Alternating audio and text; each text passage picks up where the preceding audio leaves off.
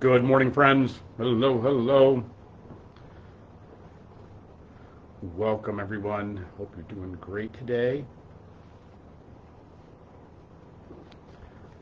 Hope that there is beauty and goodness in your day on this steamy and beautiful morning. It was one of those gray mornings this morning with it just hot and pressing in, kind of almost foggy. As we soak up the warmth of high summer. Hope you're doing great and that there's goodness in it for you. Good morning.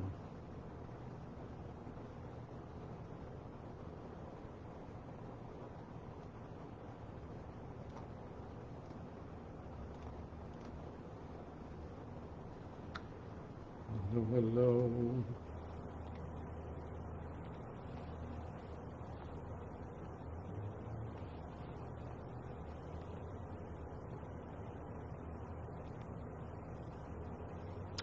Good morning, friends. Hey, Karen, good morning to you. Hope you're doing great. Morning, Donna. Last home PT today. That is good news. I imagine they wouldn't be letting you go if you weren't healing well. I hope you're getting up and around and feeling some relief.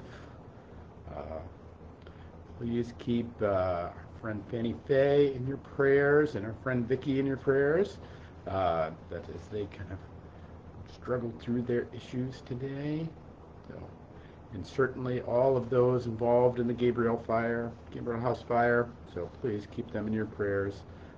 If you want to help out with that, there are ways on there's posts on our Facebook page on how to do that if you're interested in helping out. Good morning, Marianne. Hope you're doing great. Karen's been scratching the dirt again. Oh, that's fantastic. Yep.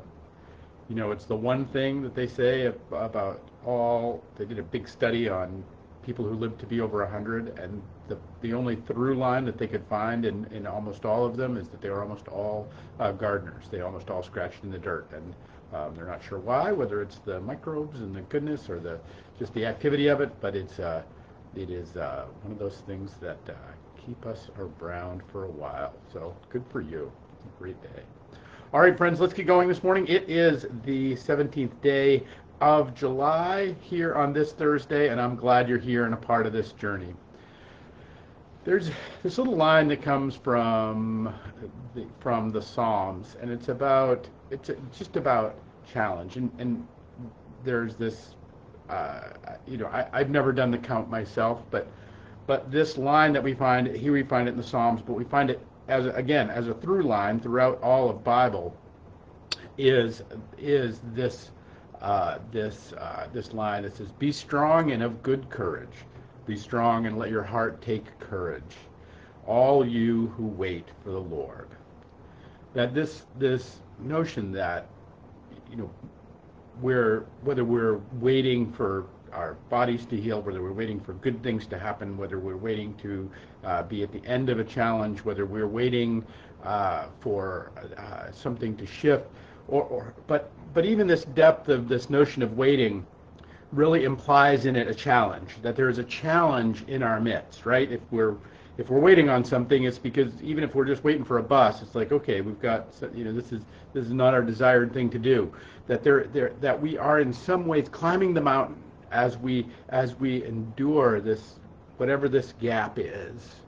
When I was in England, there's this, when you're getting on the tube in England, there's they had the little speakers and stuff like that, and always the signs around, and it was always the sense of mind, and there was the sign was always mind the gap, that there's this gap between the car and the station, and that don't fall in between the car and the station. It's a pretty good advice generally, but there's this way in which that we're to be mindful of the challenge in which we're involved. And I think often the challenges of our days is that we're either too mindful of it or we're not mindful enough. If all we do is stare at the gap to get on, we'll never get in the car. It's like, oh my God, look at the gap, like it's so big. Am I going to be able to get across that? Like, if all we do is stand there, but if we ignore the gap, at the same time, there's this way in which we have to, we do actually run the risk of, and so in the midst of challenges, there is this line from the Psalms, I think, it kind of invites us into, well, a kind of a right place or a right relationship. Be strong and let your heart take courage. Be courageous. Be filled. Be a courage is where the word comes from French. That be a full heart. So like, let your heart be full. Like, don't let it not be quivering. Let it not be either fear or acrimony but let it be full of God's love. Be strong and let it be full. And then kind of mind the gap. Wait on the Lord. Like, notice that there's a challenge before us, because the great Sir Edmund Hillary said it probably best, that so Hillary was one of the first people that conquered Everest and was famous for climbing Everest. Now it seems like everybody and their brother is going up Everest, but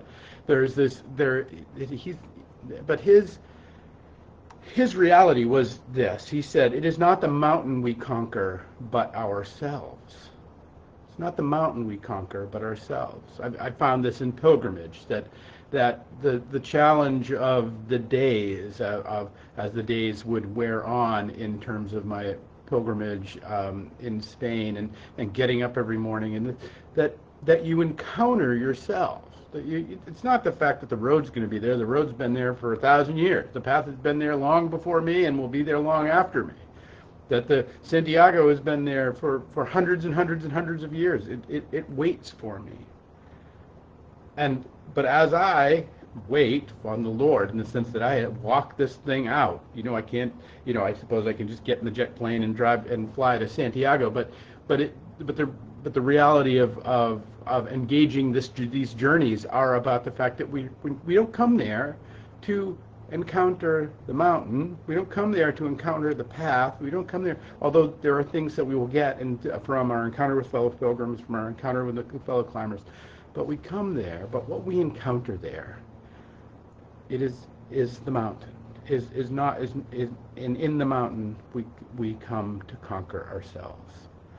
And so, friends, I hope today, whatever mountains you're climbing, whatever things that you're challenged with, whatever things, as Donna, as you wrap up PT, and as you continue to wait on the wholeness of being healed and healing, like all of this that we're all encountering, that you will take this little line not just as kind of a throwaway introduction from the Psalms, but as a real way to let your heart be full, and whatever fills it up, whether it's the encounter with beauty, whether it's the encounter with people we love, whether it's whatever, but let our hearts be filled by the gifts of God. Let our hearts be filled.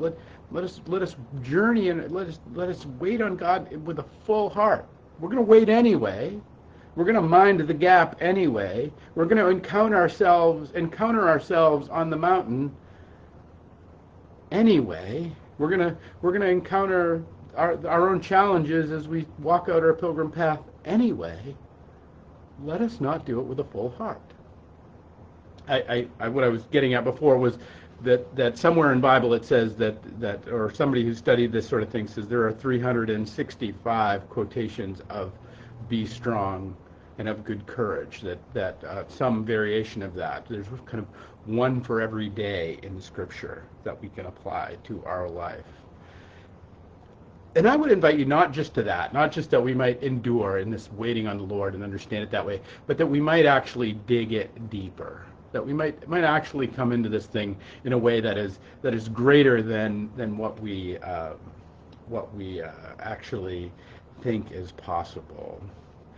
The great Charles Swindoll tells this story. He said, some years back, and this was years ago, so he met a guy who had been on Walt Disney's advisory board, like Walt Disney's original advisory board, when Walt Disney was taking a swamp and turning it into what would become Disney World. And in those early days, he said, had these stories that it was just so tough to decide what are we going to do, and how is it going to be, and what great vision are we going to cast? Because really, if you've ever been to Disney, what's amazing about it is not that it's that the actual construction, the concrete, the infrastructure that runs underground. What's amazing about it is the vision.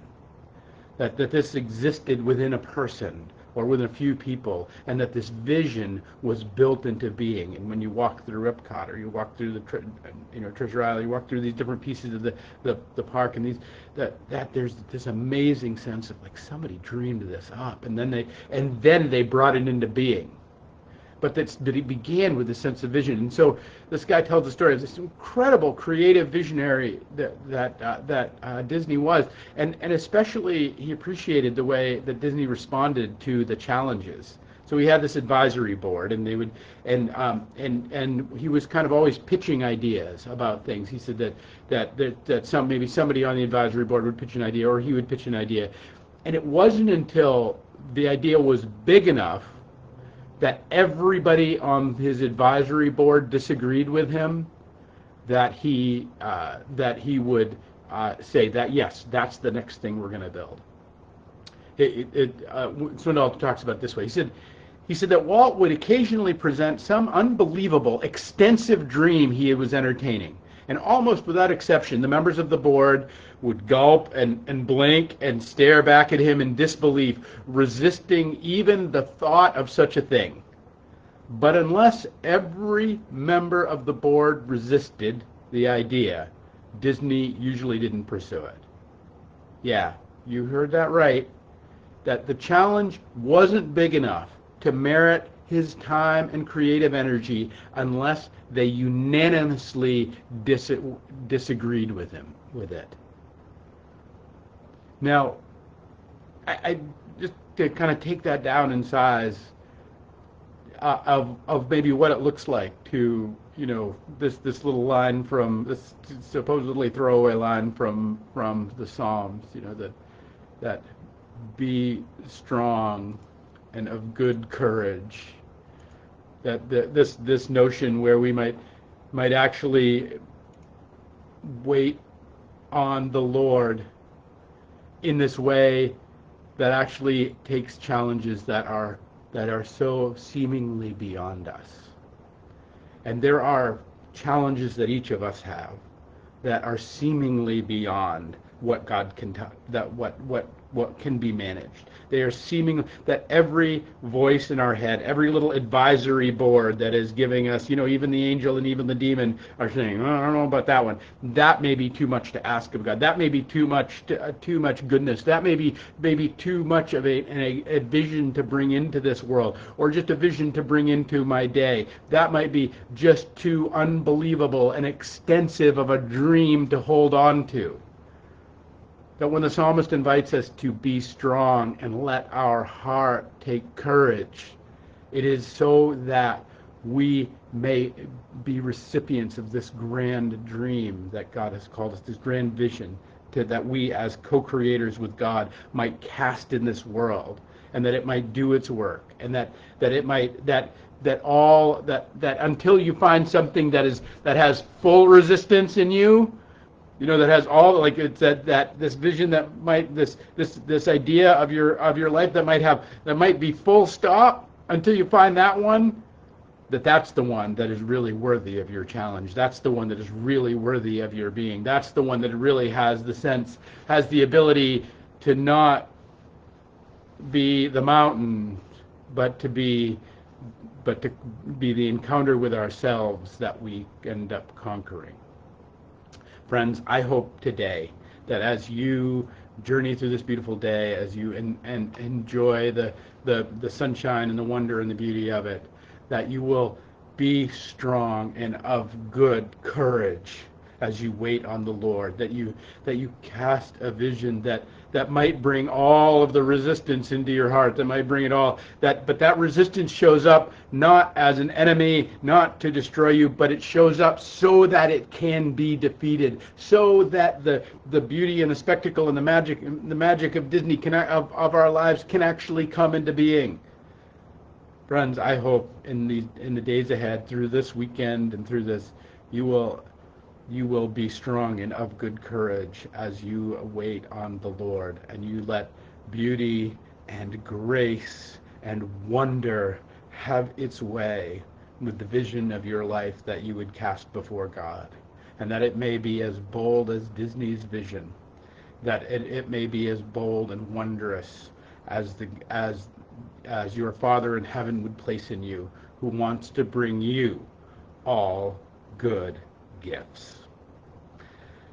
Peace and grace to you, my friends. We are worshiping at 9 o'clock on Sunday. It's going to be a great service. We're continuing with our journey through the Psalms.